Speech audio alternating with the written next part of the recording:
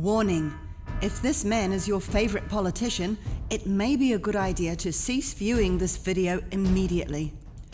If you believe that the hope of our nation rests upon this man's shoulders, but you decide to persist in viewing, please make sure you have a box of tissues in one hand and your counsellor ready on speed dial in the other hand.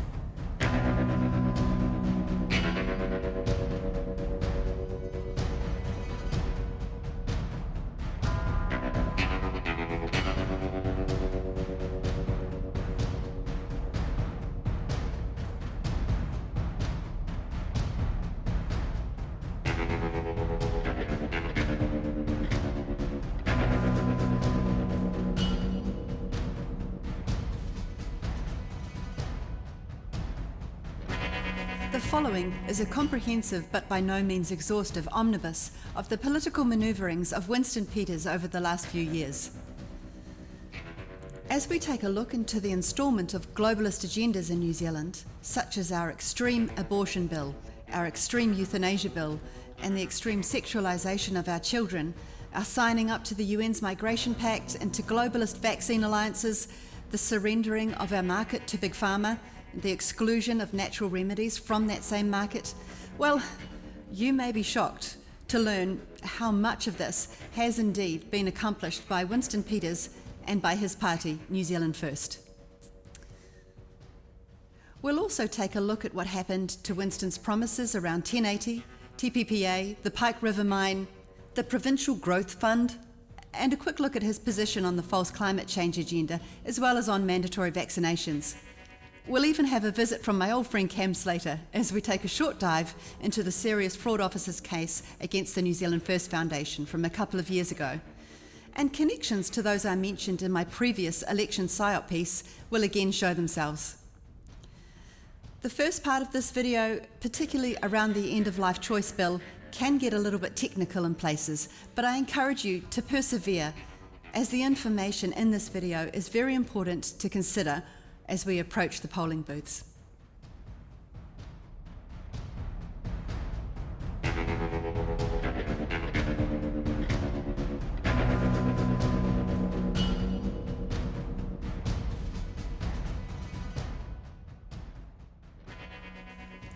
Way back in 1995, the New Zealand National Party attempted to pass a euthanasia bill titled Death with Dignity.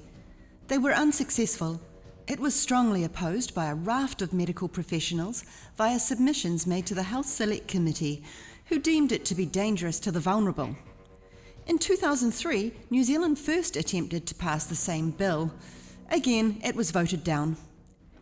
In 2015, David Seymour of the ACT Party introduced a new and more expansive euthanasia bill called the End-of-Life Choice Bill. This time, despite the fact that it endangered the vulnerable far more than the Death with Dignity bill, it was successful. Why? Well, let's take a look at why David Seymour expressed an uncharacteristic gratitude of Winston Peters for his cooperation in helping to achieve the success of passing the 2019 End-of-Life Choice Bill, and why Seymour acknowledged that it was due to this seemingly most unlikely of partnerships that this bill was successfully passed. Joins us now. G'day, David. Good morning. Hey, good morning, Duncan. You're doing business with Winston?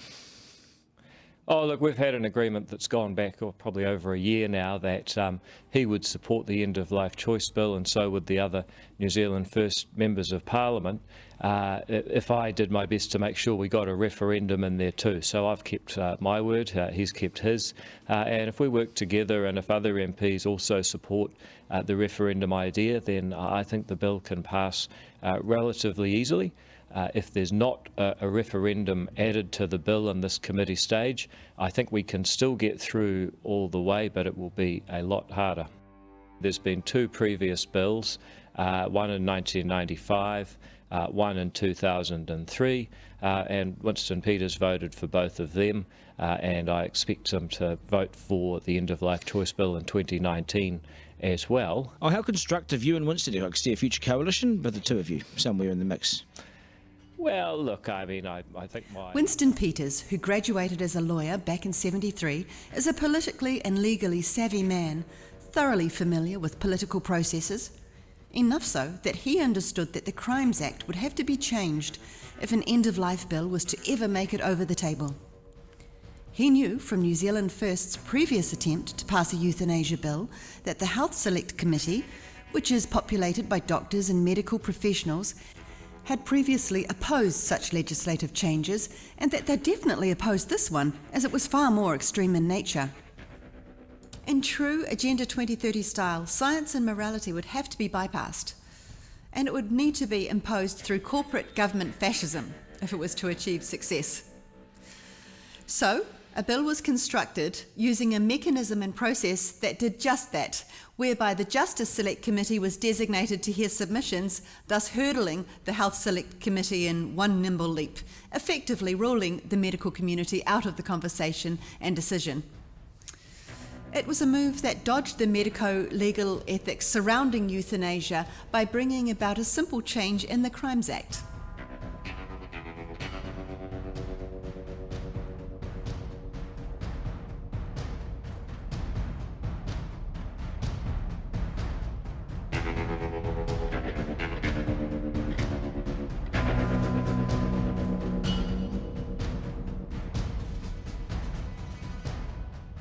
Consistent results from surveys and medical groups, as well as the vast majority of New Zealand GPs, vehemently opposed the bill.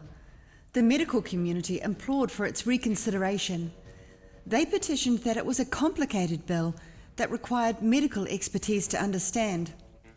Seymour, however, was unfazed, as he knew they no longer held sway, as all submissions were now with the Justice Committee.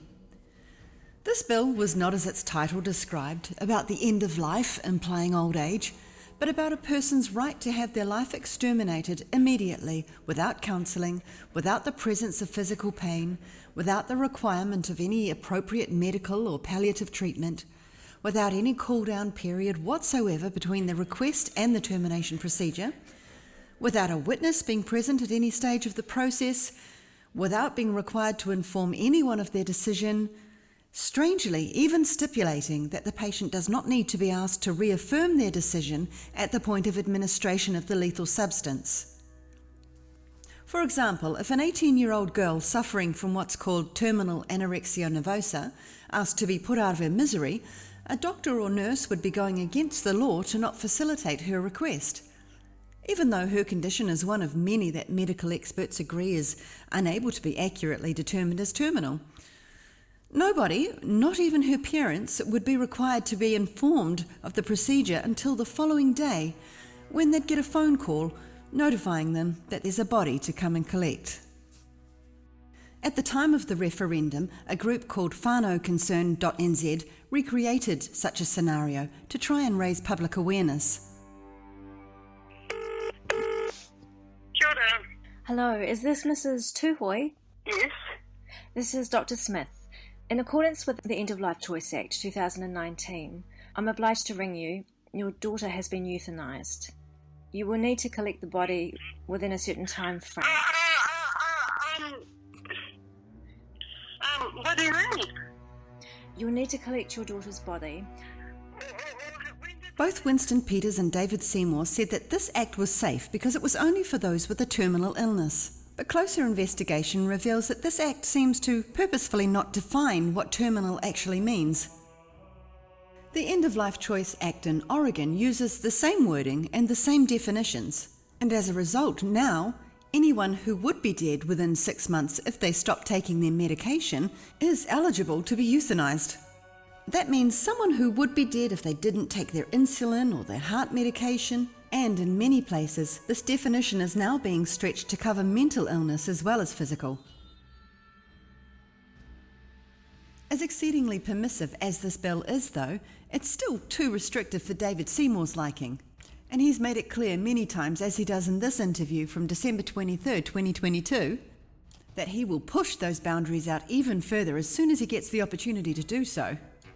I personally regret that end-of-life choice still excludes some people who won't die within 6 months. So look, that is not really a fail this year. It's more unfinished business. We will expand the End-of-Life Choice Act. Just like our Abortion Act, New Zealand's End of Life Choice Act is more extreme than in other countries. Even in liberal Canada, 2 witnesses are required when a person signs their request. But here in New Zealand, none are required. Keep in mind also that although you or your loved one may not be able to afford vital life-saving surgery and have to wait months, if not years, on the public waiting list, because of this bill, this end-of-life procedure can be given to anyone aged 18 and up almost immediately and completely free of charge. Now, although the government clearly refused to protect the vulnerable by denying every SOP requested to amend this bill and make it safer, they didn't fail to protect the medical practitioner in the case of a wrongful euthanasia death. You may or may not be surprised to learn that if a medical practitioner causes wrongful death as a result of the euthanasia process, the Act itself stipulates that the consequence of such action is not to exceed $10,000 or 3 months imprisonment. Of course, with good legal representation, that could easily be reduced to no more than a slap on the hand. So in other words, a potentially premeditated action causing wrongful death with less consequence than fishing over the quota. Is this not our government explicitly defining a human life to be worth less than $10,000? Doctors are Hippocratic people who hold the preservation of life as paramount. They were already employing compassionate practices. It was already legal for life support to be turned off, and already legal for patients to refuse treatment, and already legal to administer as much pain relief as needed, even if it does end up hastening the patient's death. But it was the blatantly unsafe clauses in this bill that they objected to, such as the fact that it can take as little as 4 days from when the patient hears that they're terminally ill to when they're euthanized. And understandably, they didn't want to become legally bound lethal agents to anyone who knocked on their door asking for this procedure. They pleaded to have their more than 38,000 submissions to the Justice Select Committee heard and honoured. The Care Alliance analysed virtually all of those submissions and found that over 90% were opposed, and not for religious reasons. Many submitters citing a frequent occurrence of patients requesting euthanasia, identifying that part of the reason for their decision was that they didn't want to be a burden to their friends and family any longer. Even though the Health Select Committee had been disenfranchised from having a direct influence on this extreme bill's progress, many in the medical community began to speak up, albeit in a censored voice. They began to inform the public of the alarming international trends where nations had complied with this globalist euthanasia agenda. It was clear that they would still try to exert some influence by making their expert objections known, as well as those of the wider medical community. It was also clear that because such a bill is always permitted to be voted according to an MP's conscience, rather than along party lines, many MPs may still have chosen to heed those expert medical voices, and the bill was still quite likely to be ultimately voted down.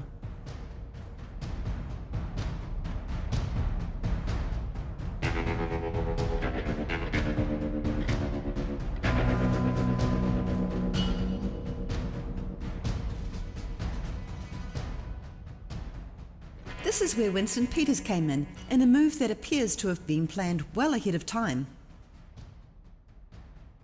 At the event of the first reading of the End-of-Life Choice Bill, David Seymour announced that he had agreed to a request made by Winston Peters way back in 2015, when he first entered his End-of-Life Bill into the ballot box, for a binding public referendum on the End-of-Life Choice Bill, saying that New Zealand First had asked for the public referendum in exchange for its 9 votes.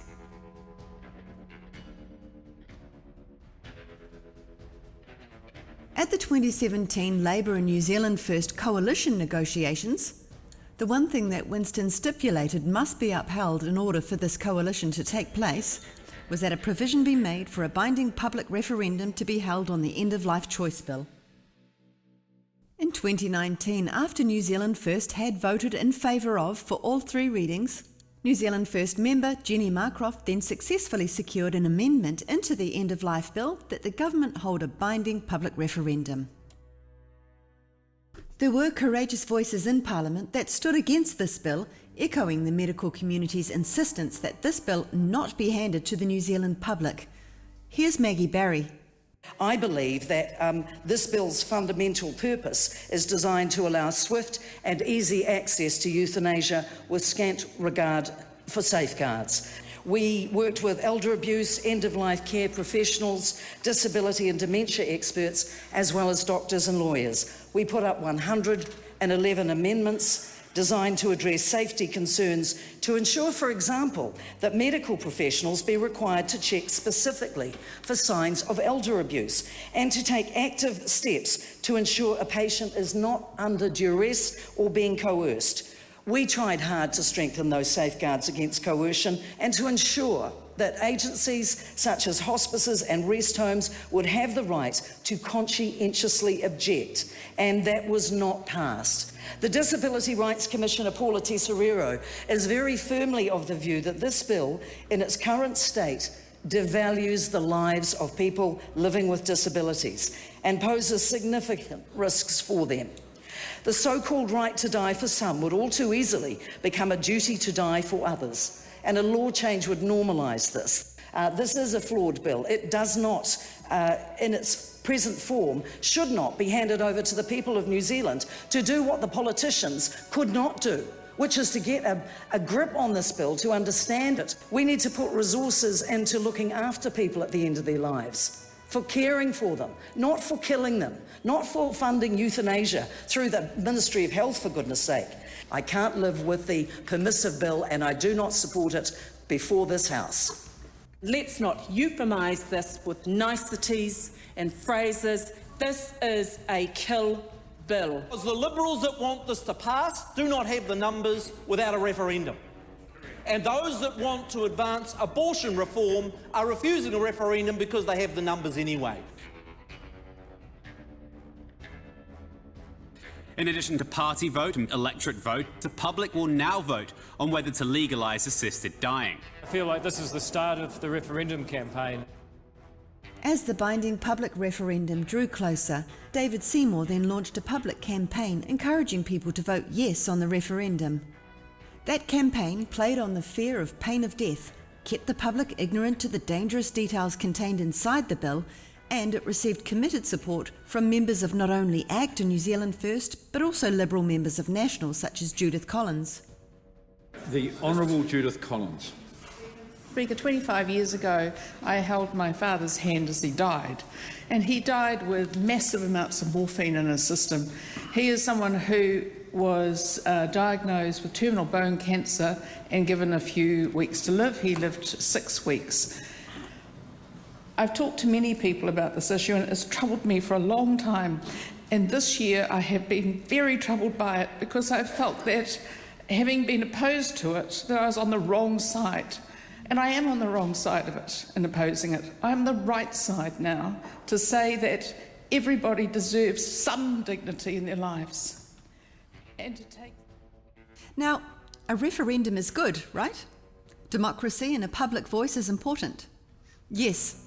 But this was a profoundly technical medico-legal issue. Now we found ourselves with dairy owners, electricians, plumbers and mechanics making a profoundly complex medical decision. And the referendum question was presented as simply as, do you support the End of Life Choice Act coming into force? That was it. That was the depth and extent of it. At the final vote, Winston Peters' party voted fully in support of the bill, as they'd promised to do. But now their support could be deemed as simply a matter of fulfilling their obligations, as a condition of the allowance of the referendum. A referendum that was agreed to 4 years earlier and guaranteed to be binding at the New Zealand First Labour Coalition negotiations 2 years earlier. As we saw earlier, Winston has been very much in support of getting a euthanasia bill through Parliament since at least the early 90s. By helping to scaffold this bill around the Justice Committee with the aim of changing the Crimes Act, ruling out the medical community, as well as the addition of the binding public referendum, it all worked together to see this goal achieved, but without any blood getting on his hands. Like a consummate Pontius Pilate with absolute forethought, it appears that Winston knew that the best way to avoid any responsibility, as well as greatly increasing the chances of the bill's success, was to simply put it to the people.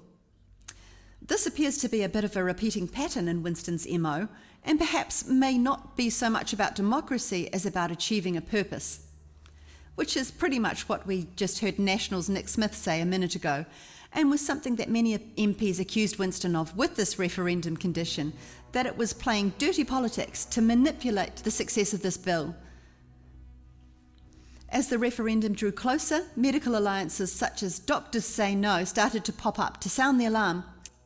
They issued an open letter to New Zealand, trying to educate people, and even King's Counsel Grant Illingworth began to speak up about how the once sacrosanct Hippocratic Oath was being rendered impotent in New Zealand. I don't think we've had a referendum like this in New Zealand before. Is it safe, secure, watertight?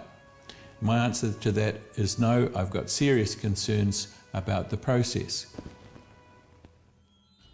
And groups like VoteSafe tried to spread the word about the dangers of this bill, imploring people to place their referendum vote on the side of the protection of the vulnerable. Another wonderful group called Lawyers for Vulnerable New Zealanders did their best to educate the public as quickly as possible and put out a number of articles in an effort to reach as many as they could to help people navigate and decipher the complexities in this bill. But there were just too many complexities to unravel in such a short time. One such complexity could be the fact that our health system is not operated on a needs basis. For example, if you found yourself at the back of the queue due to the fact that you're not Māori or Pacifica, and therefore facing an extensive wait for medical attention or even pain relief, could taking the end-of-life choice option then be guaranteed to be 100% a choice in such a scenario? Or could it then actually be a default option because of our racist health policies? Or what if poverty limited a patient's healthcare access and they felt they couldn't financially afford pain management? Could a free procedure instantly ending all pain, no waiting involved, not then become unevenly and dangerously attractive?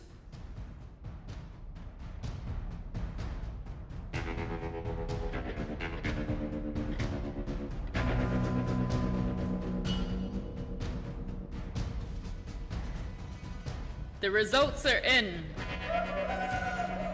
The end-of-life choice referendum has been won, 65.2%. Lo and behold, Winston's public referendum was the deciding factor, and the bill was voted in.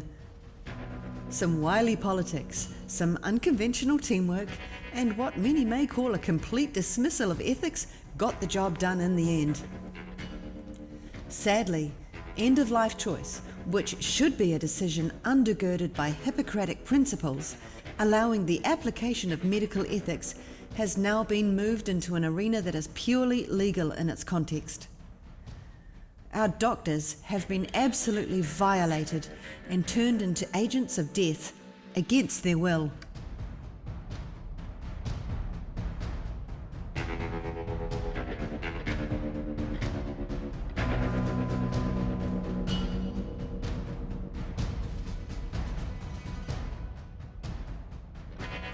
After the end-of-life choice bill was finalised, Jenny Marcroft, Winston's MP that secured its referendum, then took a hiatus to Labour in 2021, but returned to New Zealand First in 2023. Upon her return, she announced that New Zealand First would reform Pharmac, and that the party had agreed to support her proposal to increase the big pharmaceuticals budget by $1.3 billion. The Pharmac model clearly is not working and hasn't been so for a while. New Zealand First will scrap that model and will also pump $1.3 billion extra into our medicines funding. At the same time, Winston Peters announced that he would be seeking COVID-19 jab injury compensation from the New Zealand government.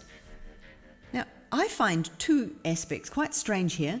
The first being that our government has not permitted the mainstream media to publicly acknowledge the existence of COVID-19 vaccine injury, but But when it comes to New Zealand First electoral promises, they are indeed permitted to acknowledge them, which to me anyway indicates that Winston is a part of the government propaganda machine.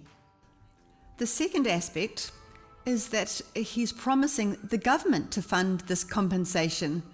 Why the New Zealand government?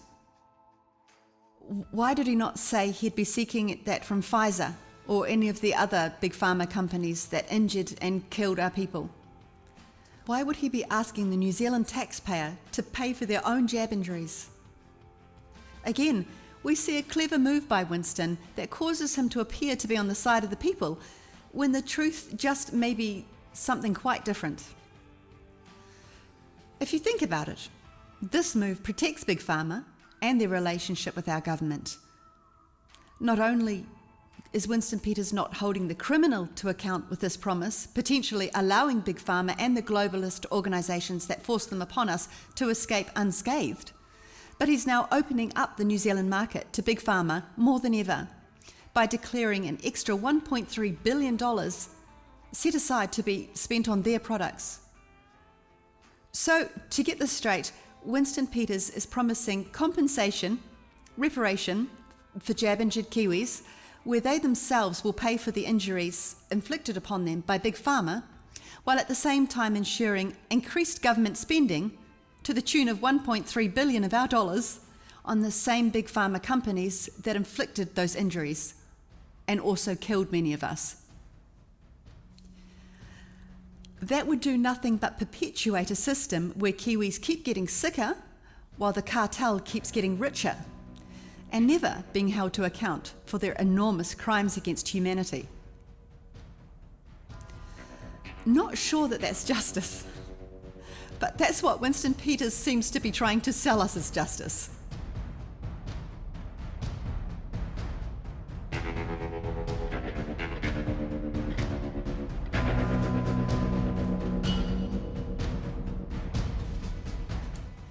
Could Winston's reluctance to hold the criminal responsible be partly because he was Deputy Prime Minister and even Acting Prime Minister for a time, signing off on the murderous COVID emergency laws that deliberately coerced people into receiving those very poisons?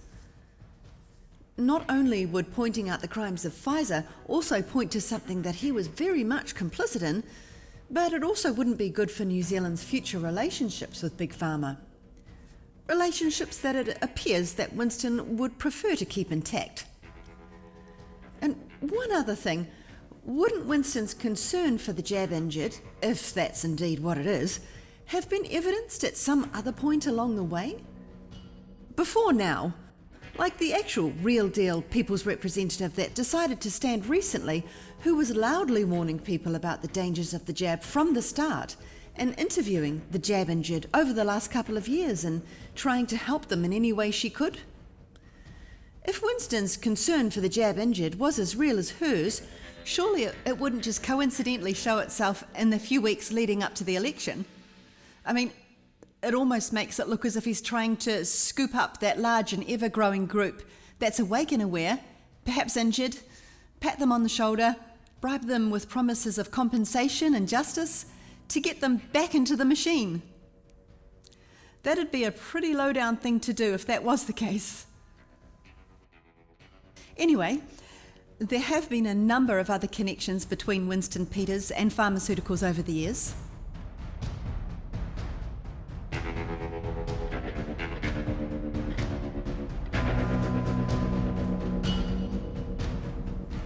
In September 2020, Winston Peters announced his cooperation and support for a global vaccine facility called COVAX, launched by Gavi and in partnership with the World Health Organization, the World Bank, and the Bill and Melinda Gates Foundation.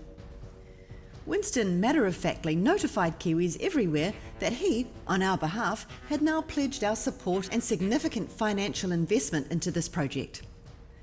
According to this government release, we, being the people of New Zealand, expressed our interest in not only joining the COVAX facility, but also in investing an initial $27 million, as well as indefinitely continuing indeterminate amounts towards Bill Gates and the World Health Organization's research and development of more so-called vaccines, also known as bioweapons against humanity. It's never been revealed exactly how much that figure has grown to since then, but we do know that in 2020, Parliament, with Winston Peters as Deputy Prime Minister, had already approved $181 billion to be spent on COVID measures. I, for one, would really love to hear Winston answer to the public on this decision, preferably before he gets back into Parliament, to give away another few billion of our near-destitute nation's dollars to the globalists to aid their depopulation agenda. Does he regret that apostate and, when it comes down to it, murderous decision? Will he endeavour to have us withdrawn from the Garvey Alliance once in Parliament? And more importantly, will he endeavour to have us withdrawn as a member state of the World Health Organization, especially in the light of the upcoming international health regulation amendments that are set to see the violation of human rights go to a level that far exceeds the COVID mandates, where bodily autonomy is set to be stripped as a human right? The World Health Organization is run by a man who cannot even step foot in his own home country because he's wanted for genocide and mass murder there. A veritable, bona fide genocidal maniac.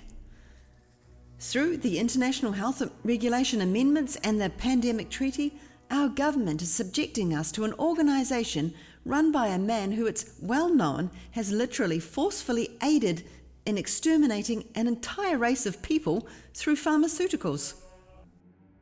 Yes, our government would like to see us forced into a position of receiving the medicines the World Health Organization mandates for us at the advent of their declaration of a fake or public health emergency of international concern.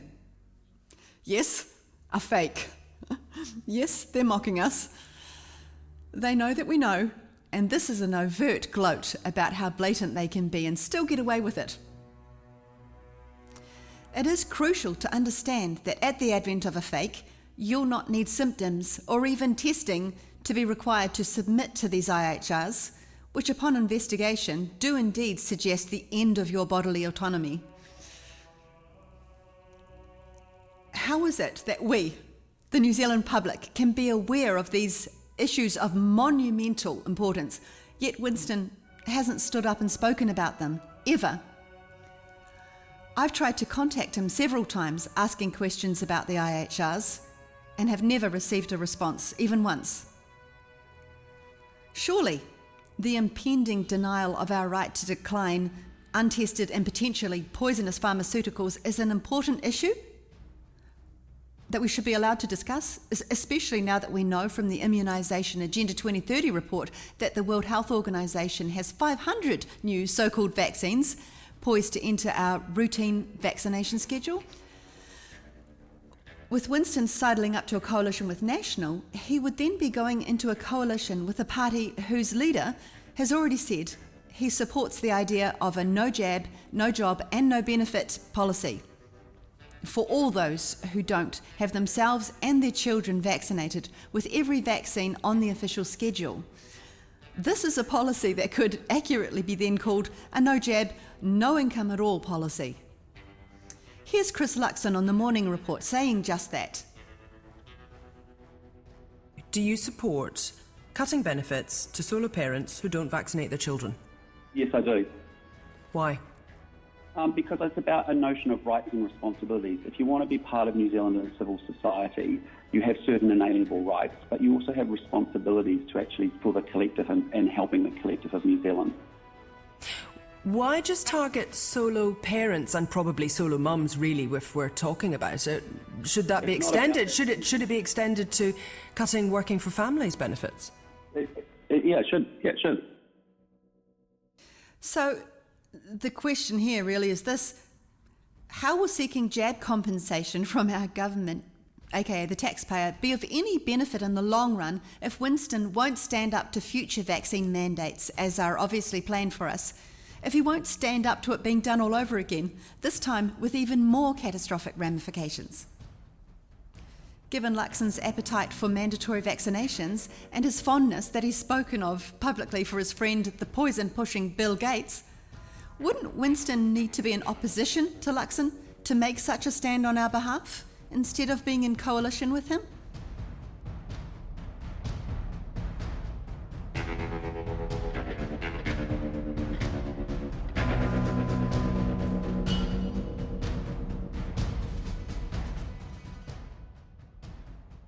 In 2005, Winston promised the people of New Zealand that he'd stand on their behalf against the impending introduction of the Therapeutic Products and Medicines Bill, also known as the Trans-Tasman Drug Agency Bill, if he was elected into Parliament.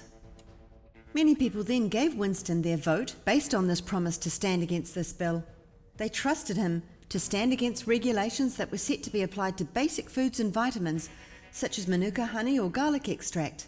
The public's position was that natural products like these shouldn't face the same regulations as pharmaceuticals. People could see that this appeared to be deliberately and unnecessarily hindering access to natural products in favour of pharmaceuticals, and they could also see that this bill posed a threat to our sovereignty on this issue. However, once Winston was comfortably inside the beehive the following year, he completely abandoned the promise he'd made and fully supported the passing of the bill. This photo is from a 2006 New Zealand Herald article which covered the protest that was held at Parliament to express public anger at Winston's betrayal.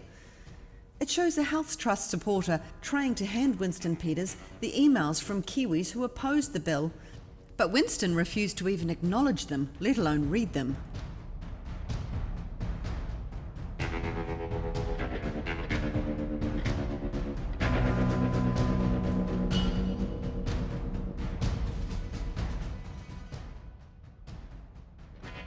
Let's now talk about the infamous Abortion Bill of 2020 and the act that saw changes come to pass that saddled New Zealand with the world's most extreme abortion laws. Laws that coincidentally came into effect the night before our very first lockdown, March 25th, 2020. Winston had carefully targeted the values and pro-life vote over a long period of time leading up to the 2017 election. This included speaking at Family First's high-profile Forum on the Family event, where he stated that he opposed the decriminalising of abortion, and where he even admitted that life begins at conception. For you personally, when do you think life begins? When does unborn child have a right to life? At what point in their life? Well, speaking biologically, life begins from the very start. Conception. Yeah.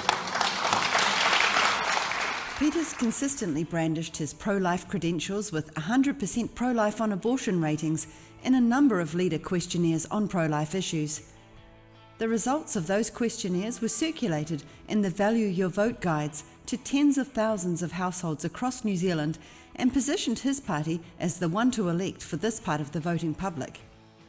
This was also a position reinforced by his MP Tracy Martin, who represented New Zealand First on stage at the 2017 Forum on the Family election event, where she confirmed the party supported keeping abortion in the Crimes Act and not decriminalising it. You would have heard just in our discussion, there's a very strong push to decriminalise abortion. It's not a legal issue, it's a health issue. Where does New Zealand First stand on that? For me, it has to stay in the Crimes Act, because to do it in any other way than what is dictated is a crime. However, soon after, once Winston was elected into Parliament, and for his next 3 years in office, he delivered an extraordinarily different follow-through to what his pro-life supporters had trusted he would. In 2018, Right to Life UK published this video explaining that the New Zealand Parliament was set to debate a new abortion bill which would permit abortion up to full term. National MP Chris Pink says the changes mean you are, quote, liberalising abortion right up to birth. Is he right? No, that's an absurd sort of statement that gets made by the fanatic anti-abortion people. If, hypothetically speaking, a woman was to go to her doctor after 22 weeks with no medical complications and say, I don't want to have this baby, I want to have an abortion, and the doctor agrees, is there anything to stop that from happening? Well, the health professional carrying out the abortion will have an obligation to be satisfied that the abortion is appropriate given the woman's physical and mental health as well as her well-being.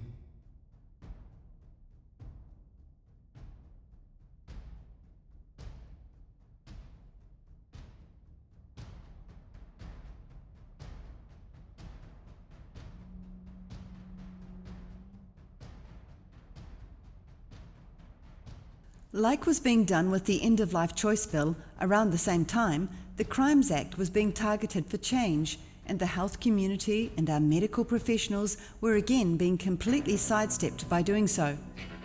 It was confirmed that Winston Peters gave his express approval for the Crimes Act to be changed, to essentially allow the success of this exceedingly merciless bill, as had been done for the End of Life Choice Bill, with his guidance and assistance. Against his explicit promises, he then gave his explicit approval for abortion to indeed be decriminalised. Even the secular publication of Scoop Politics New Zealand deemed Winston's actions as a failure by New Zealand First to protect our unborn children, in a mortifying betrayal of their campaign promises.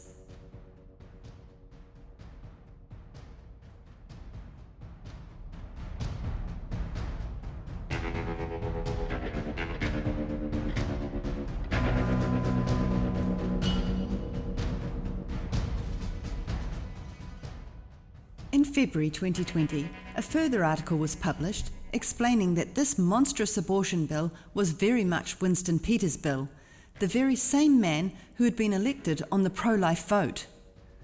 It explained the truth of how, after saying he would not remove abortion from the Crimes Act, that he was then instrumental in doing just that. I'll read from the article so as not to run the risk of putting it into my own words.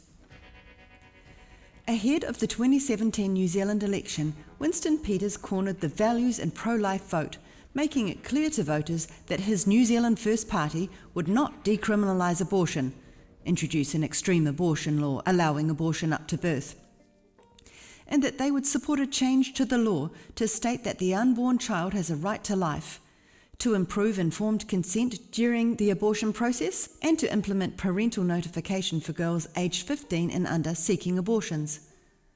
This reinforced a clear, long-standing position which had been communicated to voters over a number of years. Once in government, Winston Peters has joined his coalition partner in bringing forward a bill to introduce the most extreme abortion legislation in the world, which would allow abortion de facto on demand for any reason up to birth to the New Zealand Parliament. This bill is very much his bill. He had his MP, Tracy Martin, work on co-writing the bill along with the Justice Minister over an 8-month period. Then his cabinet, in which he is the number 2 ranked minister, signed off on the bill, a bill which would see the establishment of the most extreme abortion law in the world. This is a bill so barbaric that it wouldn't even see a few dollars spent to anaesthetise a full-term baby at the point of his or her violent, life-ending procedure. In fact, a supplementary order was raised to allow a baby up to 40 weeks gestation some pain relief, as it is a particularly brutal procedure for the baby. But the self-proclaimed pro-life Winston even voted no to that, with his entire party following suit.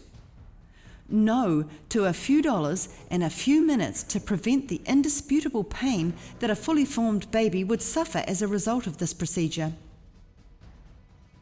The public, as well as the medical community, had made their position clear many times, such as in this Curia poll, that they did not support any legislation that supported the availability of abortions based on issues such as sex selection.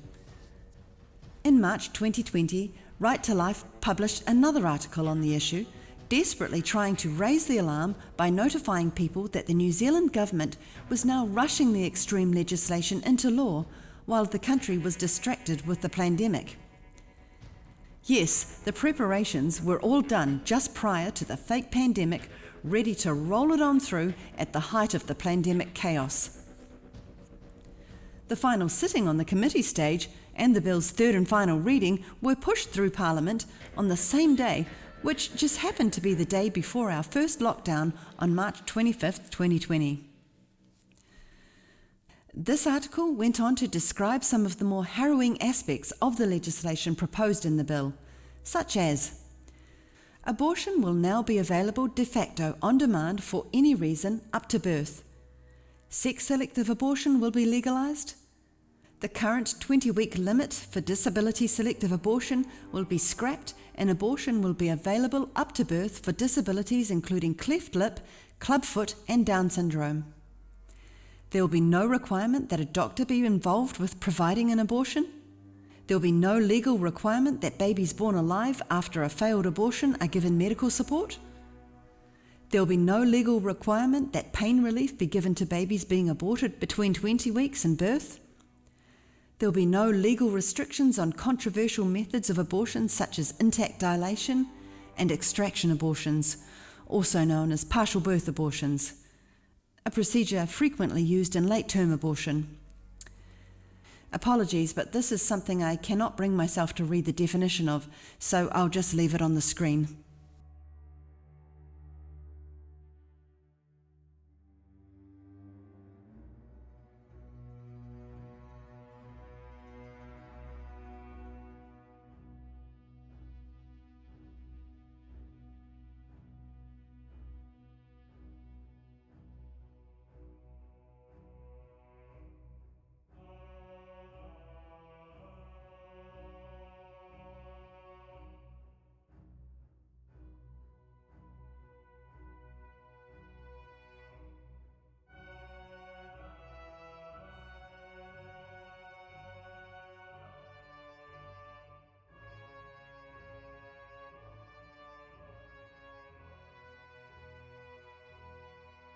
So, as it explains here, dismembering is the preferred method, but once the baby is much further along in gestation, the partial birth method becomes the common option. Please understand that this can be a full-term baby, and remember, our government voted to deny that baby any anaesthetic at that point. Another element mentioned in this article was that the Greens claimed to have misunderstood and bungled the vote around the safe spaces and free speech component of the bill, which then, all by unfortunate coincidence apparently, resulted in the criminalising of any offering of advice, counselling or help outside the clinic. As no requirement for counselling exists in the bill, this means that a woman with a full-term baby could attend a clinic and have the baby terminated without ever hearing from anyone at any stage along the process who may try to provide her with an alternative course of action. This article also went on to mention that a petition had been lodged with over 60,000 signatures. This citizens' petition was lodged through citizengo.org a few weeks prior to the bill's final sign-off. It called on Winston Peters to withdraw the bill, as he was the one with the authority to do so. Even though the petition received 65,000 signatures, needless to say, Winston did not withdraw the bill. Actually, I'd go as far as to speculate that he may have relied on the fact that Jacinda was Prime Minister, and all blame would be placed on her, for which she also deserves, of course, but also perhaps because they knew she was going to be out of here post-COVID, but that Winston was going to be repackaged and sent back in, so he needed to come out looking like his hands were at least a little bit clean.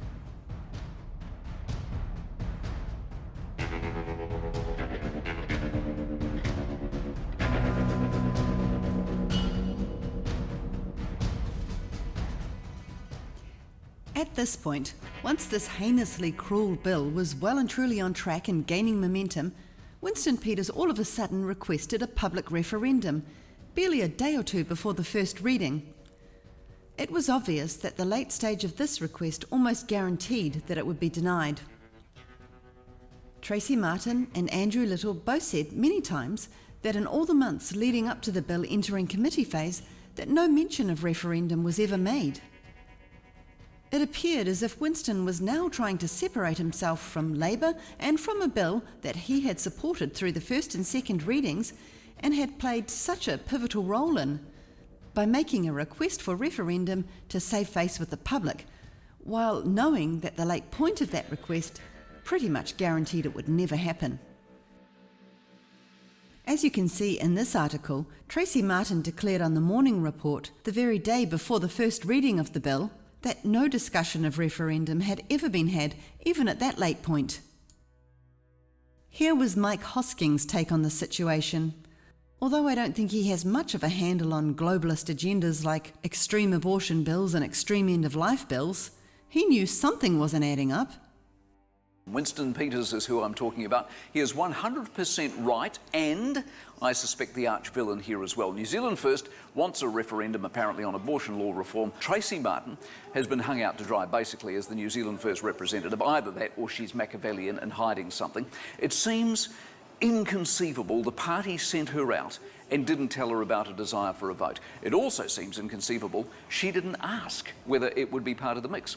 If it's the latter, she's incompetent in almost Twyford-like proportions. Now, the villain part of Peters is the fact he's manufactured this. Of course he has. I mean, good grace and manners would have involved him giving everyone a heads up. He didn't do that. Why not? Because it didn't suit his agenda.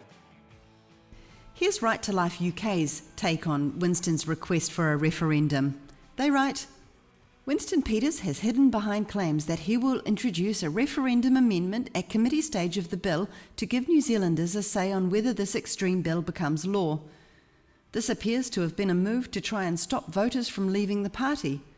The problem with this approach is that it will not be part of the core bill, and he does not have the support of sufficient numbers for it to pass. If he was serious about letting the New Zealand public have a say on whether this bill becomes law, he would have insisted that his government include a provision guaranteeing a referendum on this issue in the body of the original bill, but this was not included. Which is, of course, what Winston did do for the end-of-life choice bill, because that's a referendum he actually did want. Many New Zealand First supporters tried to reconcile this whole nightmare with the notion that Winston Peters just didn't know how atrocious the bill was, and that when he became aware of it, he asked for a referendum. But as I said, he only made that request a day or two before the first reading, and then he went on to vote for the bill, in favour of it, after that, in both the first and second readings. This support was essential for the bill to gain the traction and momentum that it needed, momentum that wouldn't be halted by a referendum request that late in the game. Winston knew full well that it would take more than a handbrake to slow this thing down at that point. That's exactly why he made sure that the provision for the referendum on the end-of-life choice bill was locked into the core of the bill years before it went to committee phase. Nevertheless, Winston put his spin doctors to work to sell the handbrake narrative yet again. Cam Slater's The BFD in particular worked hard to create the false narrative that Winston was doing his best to do what he does, apply the handbrake on a rogue government. And they were quite successful in establishing that narrative actually, by leaving out all the important details. The BFD published headlines such as this one, declaring that Winston had indeed slowed down the abortion bill, when the truth is he didn't slow it down one little bit. He could have, at any point along the way. He could have stopped it altogether, but he chose not to. And it was his MP who co-wrote it in the first place under his leadership.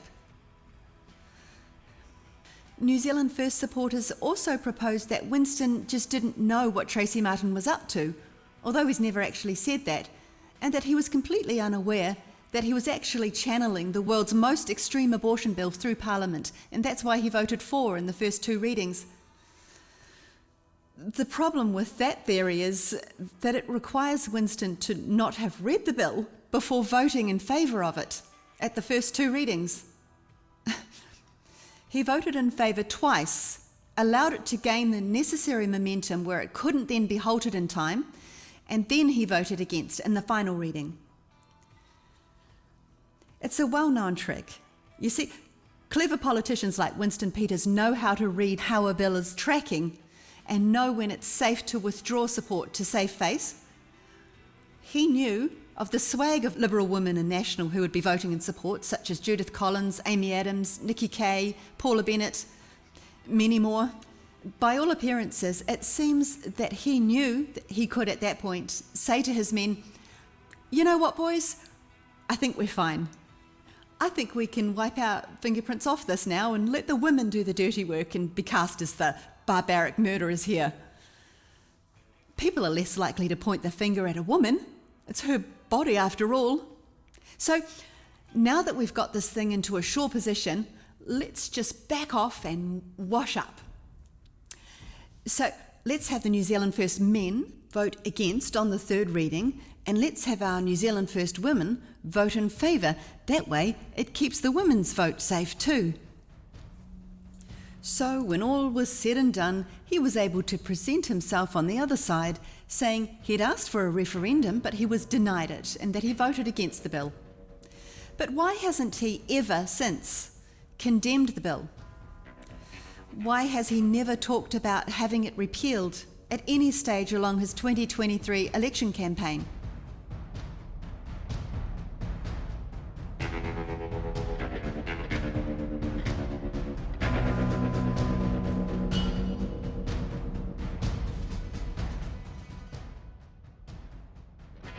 But okay, let's give Winston the benefit of the doubt here.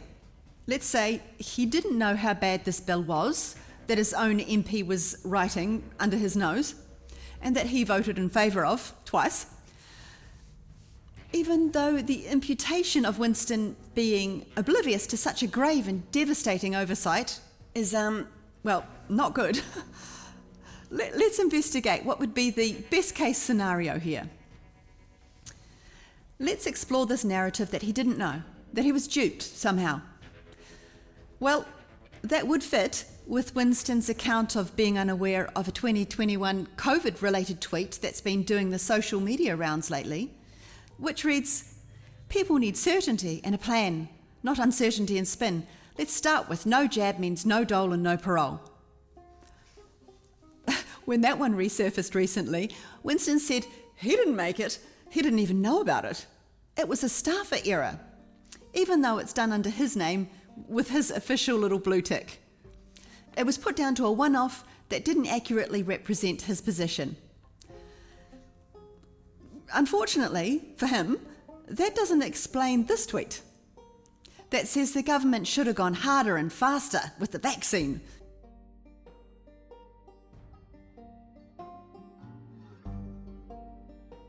Or this one that says the only way to freedom is mass vaccination. Sounds a little bit like what Big Pharma and some of those globalist organisations were saying.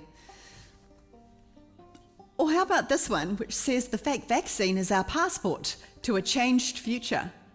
Well, that's some WEF and World Health Organization language. Or this one from 3 days later, where he just got right to the point and said we needed to start using vaccine passports. I mean, let's not pretend. We know that he knew COVID wasn't killing people, so at this point I'm a little confused if he's working for the New Zealand government, Big Pharma or the World Health Organization, the way he's talking. Those are just a handful of his tweets. Unfortunately, I didn't manage to get a screenshot of all of them.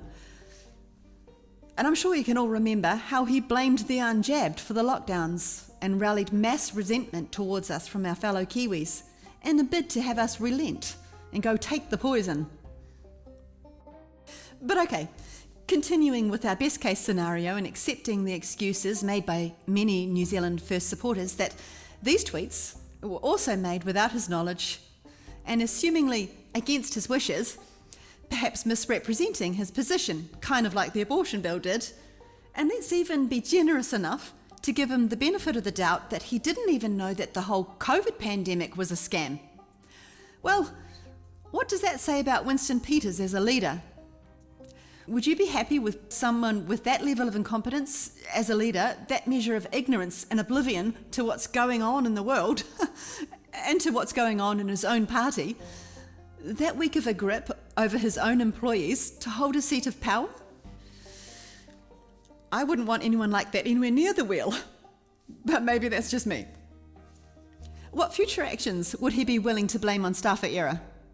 Let's hope his staff don't get too close to any little red buttons. Oops, staffer error. Surely, it can't be blamed on staffer error if it's his own voice saying it though, right? Should it be compulsory to be vaccinated in this country, and that is New Zealand? If you ask me my personal opinion, yes, we should be. It should be compulsory. It saves lives massively. Are you talking to your government partners about compulsory vaccination? Well, look, that's for the Minister of Health and others to determine. Of course, this conversation will go on.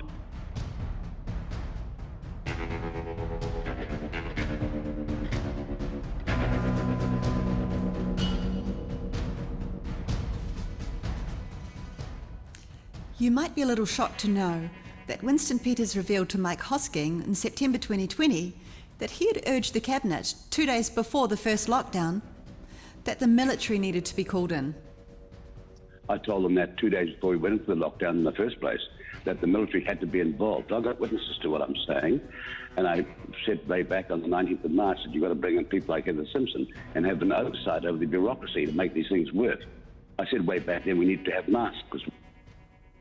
Yes, if he'd had his way, the army would have been patrolling our streets during our lockdowns, just like they were in China, to enforce their zero COVID policy. He also said that Heather Simpson should be hired to manage the situation.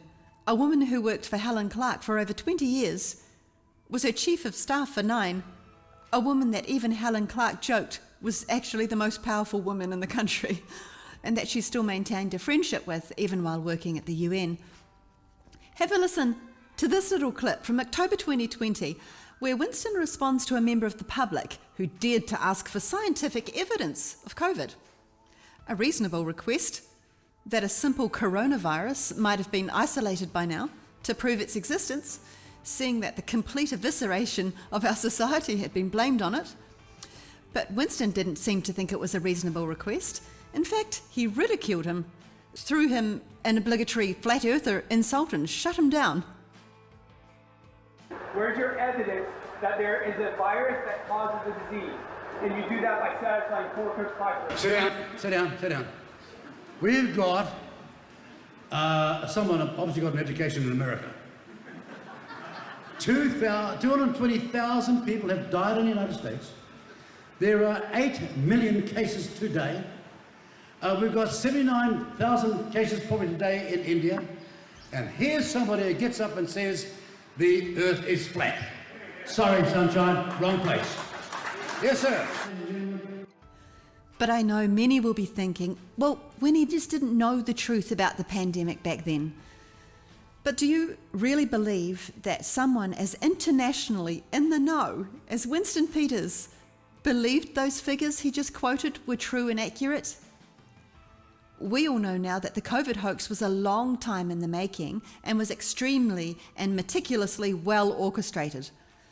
How is it that we, the New Zealand public, with so much having been hidden from us, could have known what was going on, as that guy in Winston's audience clearly did? But Winston himself, who was not only an MP dating back to 1979, and the Treasurer of New Zealand, Minister of Foreign Affairs, he's been Minister of State-Owned Enterprises, Minister of Racing, Acting Prime Minister and Deputy Prime Minister for 2 terms, how did he not know what we knew? He's got access to high security databases, for goodness sake. Let's not forget too that while Jacinda was off racking up air points around the world, Winston was signing off on the most abominable human rights violations ever seen in this country as Deputy and even as Acting Prime Minister. How long are we going to pretend that these people don't know what they're doing? The government had access to vaccine harm data and coroner's data well before we did, before it was filtered and sanitised and censored. But we still knew. Winston Peters would like you to believe that he had no idea, that he's just waking up a little bit now, not too much, and just right before the election. And that is not what it looks like, people. It's not about votes.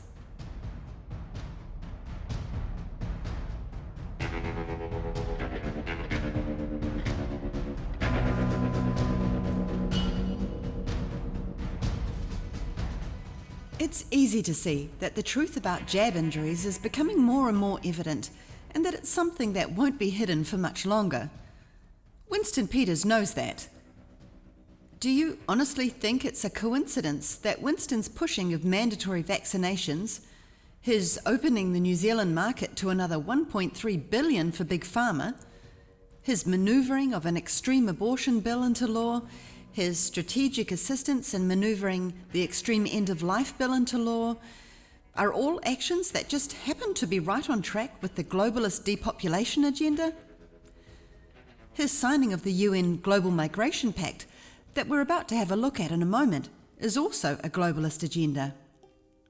How much more complicit does a politician have to show themselves to be before we stop making excuses for them and call them a globalist player? Do you think David Seymour just happens to have some heartfelt passion for the issue of euthanasia? And a heartfelt belief that genders need to be bent as far as we can flex them, and that doing so will genuinely benefit our children and our future? And that he sincerely believes vaccine mandates are vital for humanity's survival, and that's why he's sacking every member of his own party that dares to speak against those mandates? He's sacked 5 in the last 2 months, the very same ones who said that they might not support more mandates, which speaks pretty loudly about his pro-mandate intentions. Do you think it's just one of his deep core beliefs that Big Pharma shouldn't be bound by any restraints, like the one we had placed on pseudoephedrine because it played such a key role in our nation's out-of-control pee problem? And that he just wanted to be at Davos to make sure that there was an honest voice on the stage? No. Act as a globalist player, a tail feather on the globalist vulture, and the other tail feather is New Zealand First, who seem to be out to capture the more conservative of the awake, even if it needs to be done by outright trickery and betrayal. Do you think it's a coincidence that Winston went out and deceived the pro-lifers right before that evil abortion bill was set to go through? Do you really think his MP Tracy Martin was just genuinely grieved at the idea of a woman not being able to end the life of her full-term healthy baby instead of being encouraged to place it into the adoption system? And that Winnie had no idea about any of it? Do you really think someone as astute as Winston Peters doesn't know what's going on?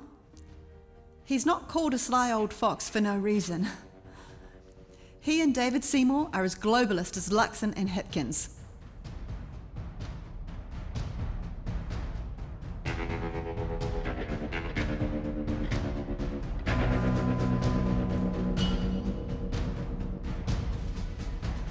In case you're still not convinced that Winston's a globalist player, let's have a look at his antics around immigration. After serving 6 years as Foreign Minister of New Zealand, there's no doubt that he knows the dangers of allowing wholesale immigration. In fact, he's made that clear in his strong message against the sudden global trend of open borders, a position which has again garnered New Zealand First a lot of support. Yet, here again, we see another example of Winston acting in complete contravention to his own words.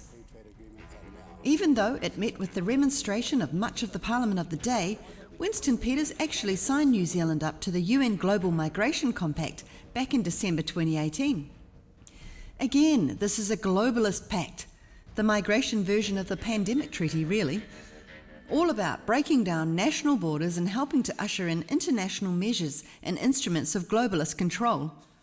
There was much opposition to the UN's Global Migration Pact, both internationally and even from within our own government. Today, on the very cusp of the end of Parliament, Winston Peters has announced that the Labour New Zealand First government will sign up to the UN Migration Pact. National, if in government, will overturn this. We believe that it will cede our sovereignty to the UN on migration, and that just isn't right. Scott Morrison refused to sign the pact for Australia, saying not only was it a threat to national sovereignty, but that it also risked reversing hard-won successes in combating human trafficking. Many leaders of many nations opposed it, citing both those reasons, saying it was like a free pass to human traffickers, and that it also enables clandestine international bureaucracy and judiciary to dictate a nation's immigration policy, overruling the objections of sovereign states. In many nations where the UN Global Migration Compact was signed and accepted, active protests broke out in fierce opposition. But here in New Zealand, it was all kept pretty quiet, as Winston, Foreign Minister at the time, took charge and sealed the deal, signed the pact, despite appearing to be one of the only people in Parliament who actually supported it. Here he was again, acting in complete antithesis to how he'd previously presented himself to the public, as the very man who would be the handbrake to open slather immigration. And interestingly, the same man who said, You shouldn't have been surprised we asked for a referendum on abortion, even if it was late, because referendums is what New Zealand First do. Didn't even consult with the people of New Zealand on this one. Coincidentally, the word immigration was noticeably missing from Winston's campaign launch this year, an absence that even the mainstream media picked up on. Was this simply another example of New Zealand First being used strategically to install globalist protocols without any mud landing on the major parties in the process? The signing of the UN's Migration Pact has seen an enormous increase in the rate of immigration in New Zealand, with almost 162,000 new immigrants last year, an increase of 199%. Open global borders and the dismantling of the sovereign power of individual governments is now yet another globalist agenda ambition that Winston Peters has been instrumental in achieving in New Zealand. The Global Migration Pact claims to streamline international migration processes. Funnily enough, streamlining processes is the same theme seen in the abortion bill language, the end-of-life choice bill language, and also the brand new Coroner's Amendment bill, which uses exactly those words actually, to justify obscene changes in the procedures for obtaining permissions for autopsies that have seen the numbers of post-mortem procedures plummet.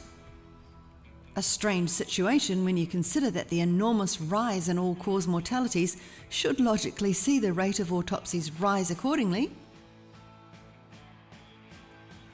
Canada often seems to be a step ahead in certain globalist agenda items, and over there, this global migration compact has seen a tidal wave of foreigners completely overwhelm the government's ability to process the incoming numbers, which has conveniently required UN intervention to help them out. And all at a cost of hundreds of millions of dollars to the Canadian taxpayer. Conservatives all over the world have warned that this globalist pact enables so-called progressives within each nation's government to liberalise domestic refugee and immigration laws, basically ceding their sovereignty on this issue, with the handy excuse of the UN made us do it. But what's remarkable is that here in New Zealand, we've been signed up to this globalist pact by a politician who promised on his campaign trail that he stood for the exact opposite of what this migration pact actually represents. This article is another example of Winston's promises to fiercely tighten up loose migration policies and loose borders in the lead up to the 2020 election. Winston Peters also dedicated himself back in 2020 to the cause of making sure that Taiwan had a seat at the World Health Organization's table. Again back in 2020, again done under the cloak of peak COVID chaos. Winston's push caused quite some tension between China and New Zealand, but again, he took care of it and got the deal done. His explanation as to why he fought so hard to have Taiwan included was that he wanted every country to have the opportunity to be a member of an organization that's designed to improve the world's health. At the time, NZIBC Director Stephen Jacoby said Winston's behaviour and his provocative comments raised huge concerns for New Zealand's exporting relationships when he refused to join the other four Five Eyes nations in May 2020 in a joint declaration condemning China's national security legislation on Hong Kong. Winston provided very little explanation for this decision and also made claims that Zhao Lijian, China's foreign ministry spokesperson, said needed to be publicly addressed, saying that Winston's comments were straining relationships.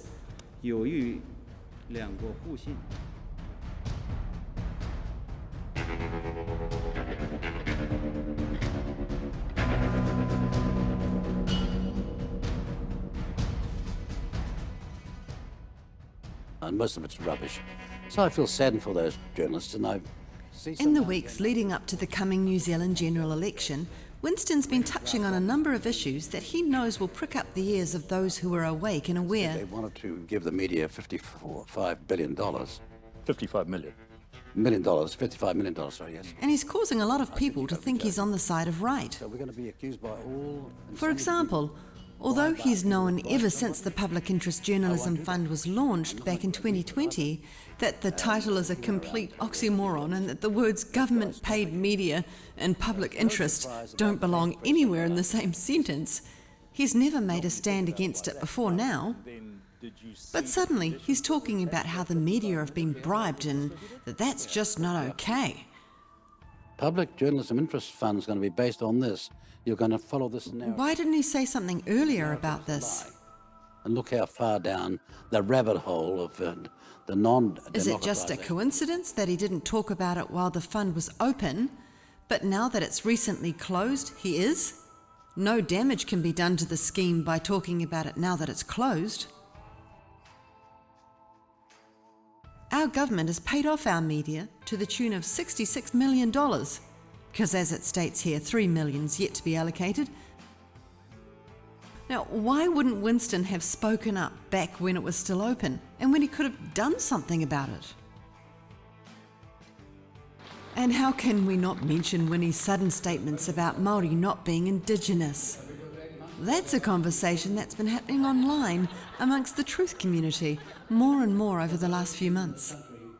Surely Winnie must have known this, being part Scottish and part Māori, 78 years old. Why has he never mentioned it before? Why is it only now, on the campaign trail, that he's suddenly making specific public statements aligned with exactly what a group whose votes he'd like to pick up is also talking about? He Puapua is based on the UN Declaration on the Rights of Indigenous Peoples, another globalist agenda repackaged as co-governance for New Zealand, and the fact that Māori aren't Indigenous takes the justification for co-governance out at the knees. And Winston knows that we've been talking about that. Now, that particular message, coupled with the jab compensation message, are pretty clear indicators as to the voter base that he's targeting.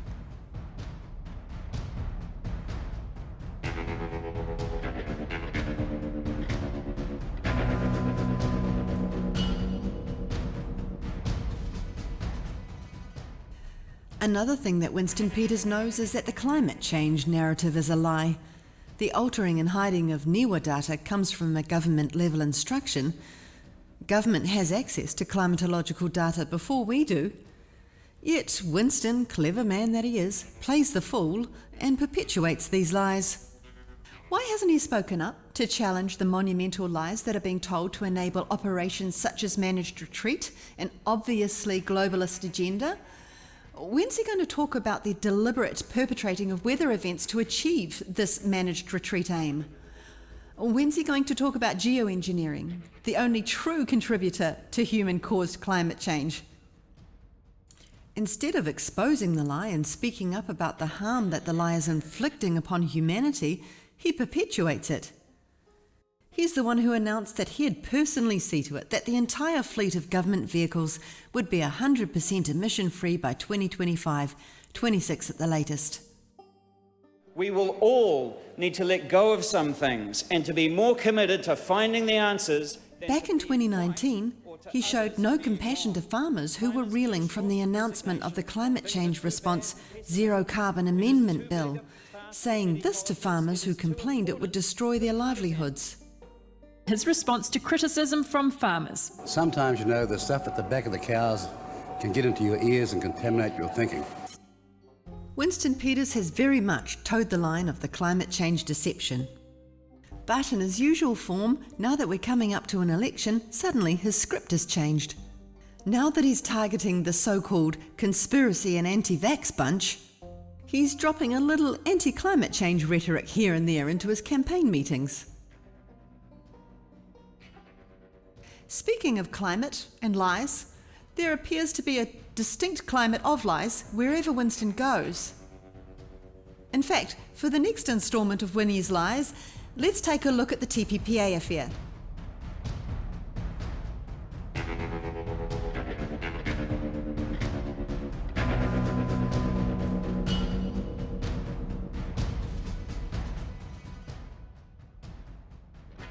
In In 2016, Winston Peters spoke loudly and boldly against John Key's TPPA intentions for our nation. He rung with truth and conviction as he spoke about the corporate globalist designs to control us. His discerning and knowledgeable words were everything we wanted to hear, and many of us were swept up in his electoral campaign that strongly featured his promise to deal to TPPA once he was in the doors of Parliament. Again, his powerful promises saw him ushered into government in 2017. But once inside, he then completely broke his promise in his usual fashion and declared his total support of the deal, one he had so strongly criticised just a few weeks earlier. He attempted to then justify his betrayal with the same old line that he's used to justify so many of his other backflips. Satisfactory changes to the deal have been made, he said, when that was just categorically untrue. Those changes were not even put to the public, and the public still wholeheartedly disagreed with the entire deal.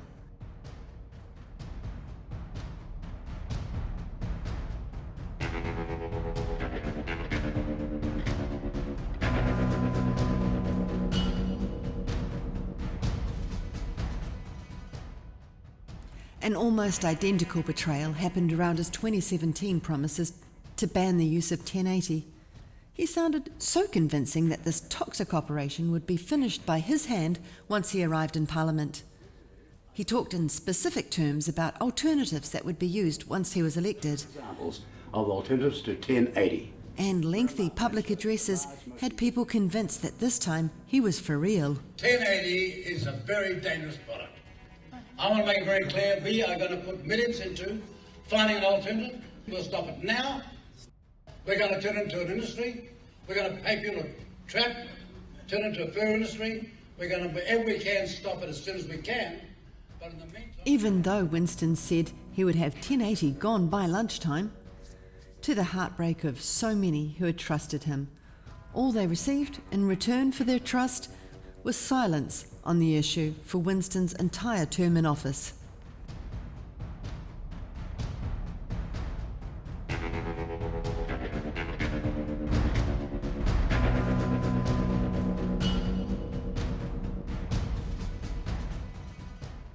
Well, what's wrong with that? Again, Winston Peters breached public faith upon entering Parliament, this time by his failure to fulfil his emotive promise to be among the first to re-enter the Pike River mine. Let me just say, I'm going to keep my promise. Winston Peters joins us now. Good morning. Good morning. You want to go back into the mine? In 2016, he solemnly declared that he would be in the first team to re-enter the mine after the 2010 disaster that saw the bodies of 29 miners entombed 200 metres down. When you have the first crew lining up to go back, and I'm offering to go, as someone who's had some experience in mining, working underground in dangerous conditions. Many said he shouldn't say such a thing, as it was sensationalising on something that many families were still grieving over. Nevertheless, he kept repeating his heroic-sounding promise, which was, of course, broken like the rest of them when a team finally re-entered the mine in 2019, minus one Winston Peters.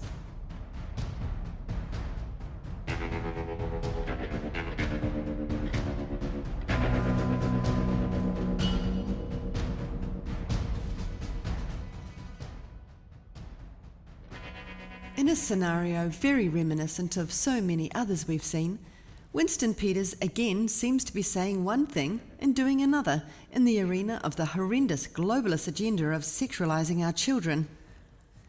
Again in September 2020, which was a very busy month for New Zealand First, funnily enough, right before they were about to end their term in Parliament, Winston sent in his Minister of Education, Tracy Martin, to implement agendas that might make him look bad, just like he did with the abortion bill. Seeing that she'd done such a great job surrendering our unborn to the globalists, he sent her in again to round up the children this time, appointing her to write the Sexuality and Relationship Guidelines, which she was then tasked with introducing and implementing in schools across the nation, with Winston's approval and under his guidance. Tracy said that her new guidelines were all about promoting genderqueer inclusivity and opening up the conversation of sexuality and sexual diversity amongst our children in schools. Again, actions that Jacinda seemed quite happy to take the credit for, but that New Zealand First were actually a major player in implementing.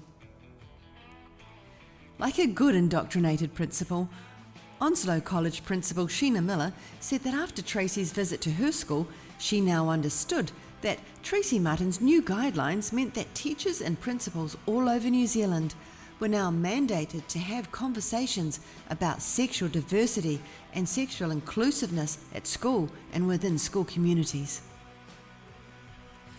I'm sure you'll be unsurprised to know that contained in these guidelines are elements that remove parental control or even parental awareness of this part of our children's lives. So when a precious young person is having their sexuality and their mental health violated in the face of this globalist grooming regime, a parent won't even have the right to know the conversations going on in the classroom. And already, according to these sick globalist guidelines, very young children are being taught about issues like masturbation and surgical sex change without parents even being notified.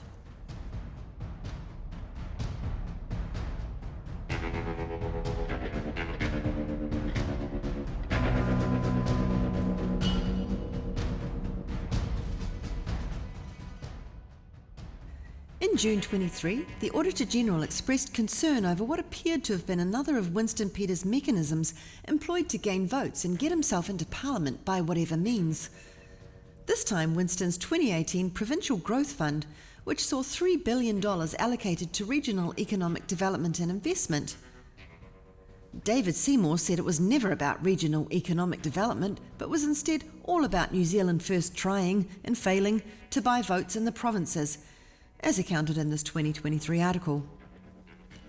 The article also goes on to describe how Shane Jones used the Provincial Growth Fund to give money to organisations that he was previously involved with or that had donated to him or to people he was related to.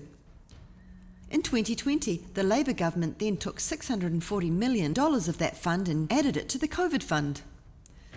The Office of the Auditor-General clearly thought there was more than voter theft going on as well and wrote a letter to Parliament outlining what he deemed as a need for much greater scrutiny as to where this money was being spent.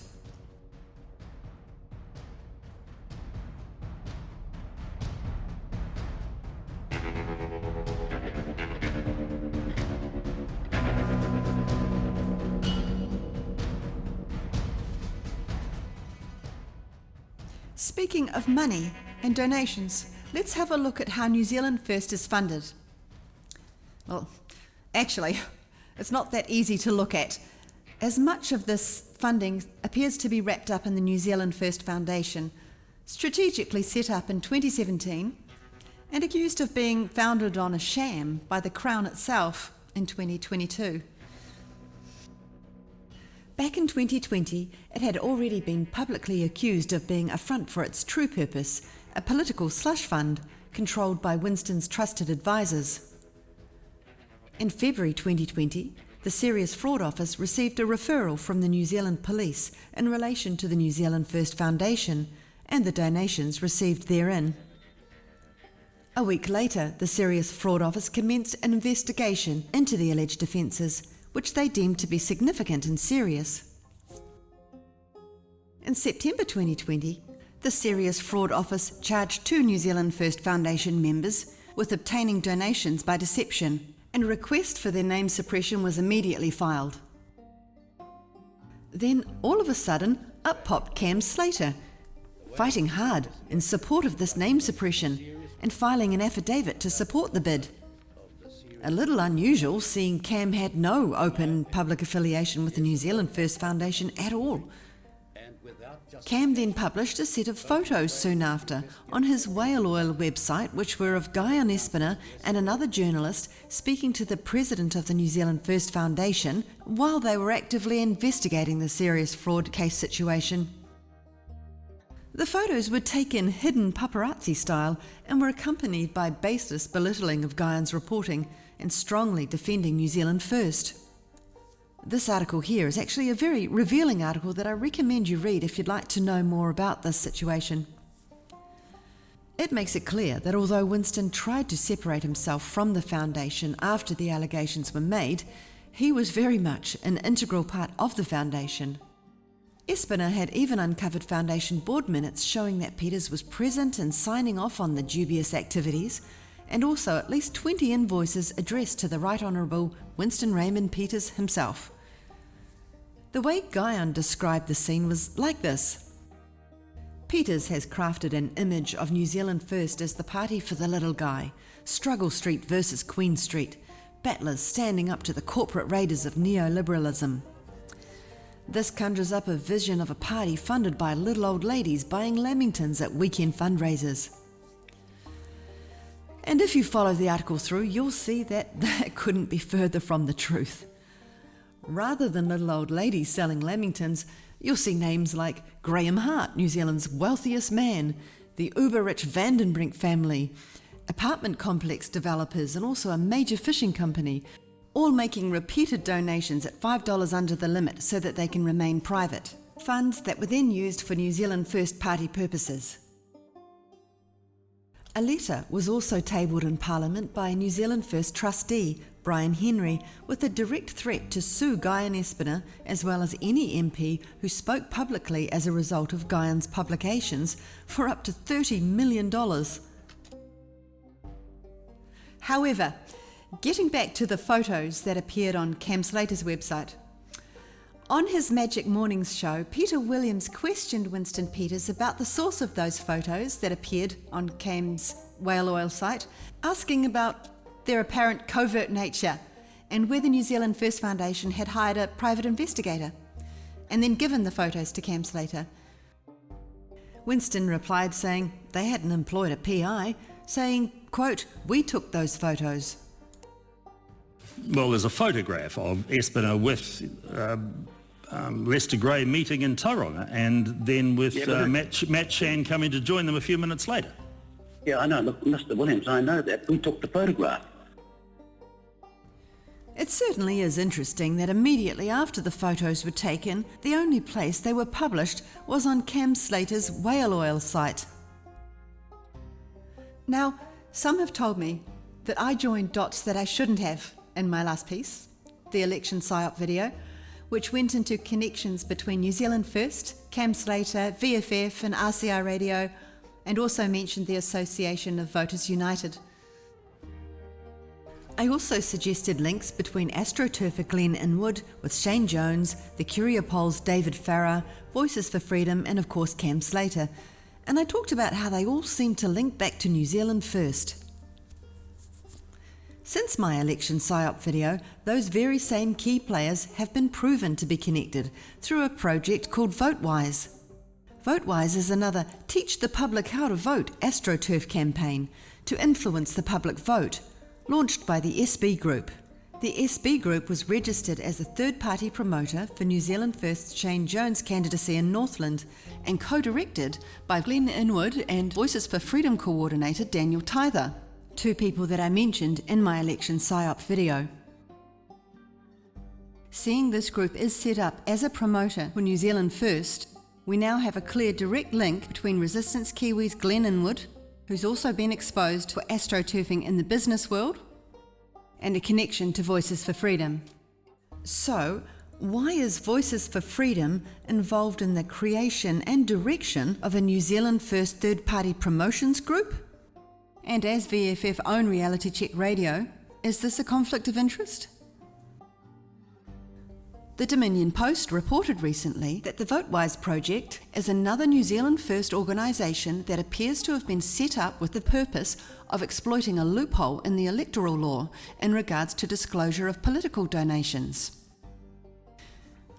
Even though it's ridiculous to think that Shane Jones hasn't given the SB Group authorisation to do what they do, the group is set up in such a way that if legal trouble did arise, he would be protected, which seems to have been the situation with Winston Peters, with the New Zealand First Foundation's serious fraud office case.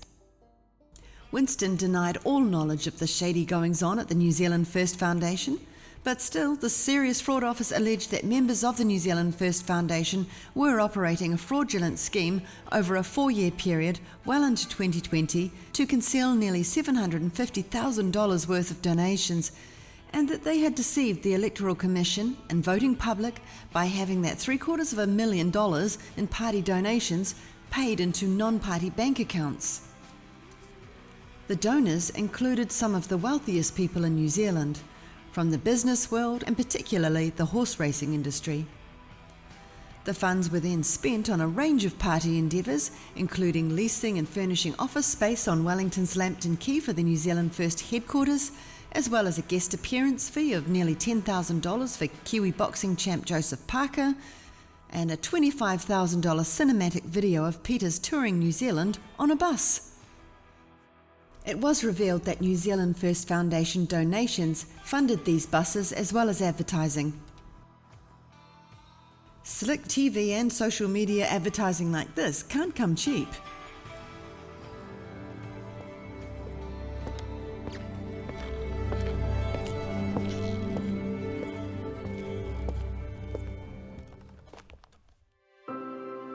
If you can keep your head when all about you are losing theirs and blaming it on you, if you can trust yourself when all those doubt you, but make allowance for their doubting too, if you can fill the unforgiving minute with 60 seconds worth of distance run, yours is New Zealand and everything that's in it, and which is more, we'll all be Kiwis, everyone.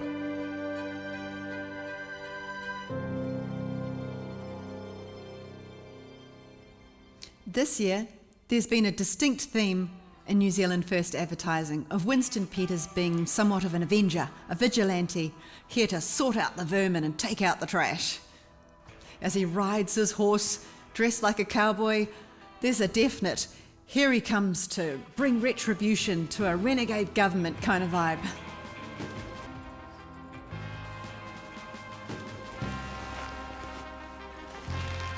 To govern a country, you need experience. And this is not our first rodeo. What we have to decide is, are we going to fall for this propaganda?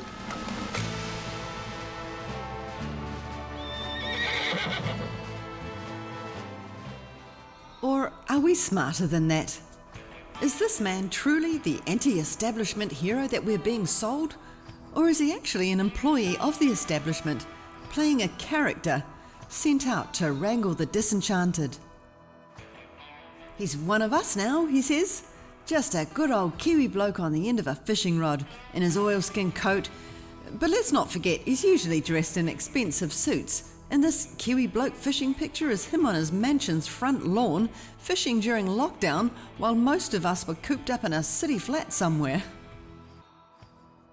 But hey, it's no wonder he's back in the saddle.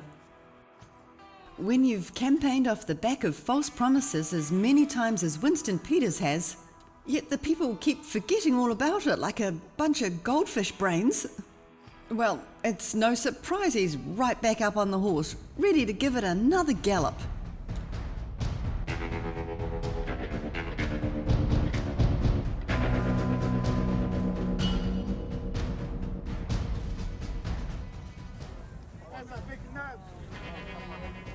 We can't ignore the fact that Winston came down and said hi to the protesters at Parliament in February 22, and that he said many things that had us believing he might be the genuine article. But we have to weigh that action against his other actions, and we also have to ask what his motives may have been. What was in it for him? Could he simply have been responding to a field of voters ripe for harvest?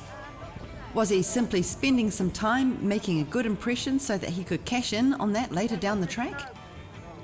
More importantly, after that day, did he stand for those people he met when he could, when it mattered? Did he fight to have the mandates abolished? Did he use his platform to expose the immense amount of jab injury and harm that he learned about while talking with those at the protest? And has he ever sincerely worked to expose the truth behind the COVID scam? Or did he actually just carry on after that, promoting the mandates and the poison? Well, in the last hour or so, we've seen the answers to those questions, and those answers should help us to predict whether he is likely to stand for the truth if he gets back into Parliament. The best predictor of future behaviour is past behaviour. On the 25th of September, Luxon announced what we always knew he would, that he's considering a coalition with New Zealand First.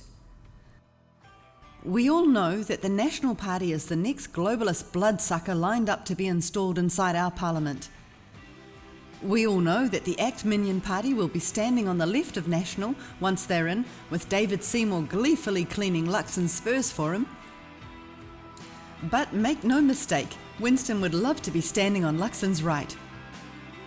And that is what will ensure that every promise Winston makes on his election campaign trail will, ultimately, bite the dust. So, you have to ask yourself, when that hour comes, will you rue the day that you trusted Winston Peters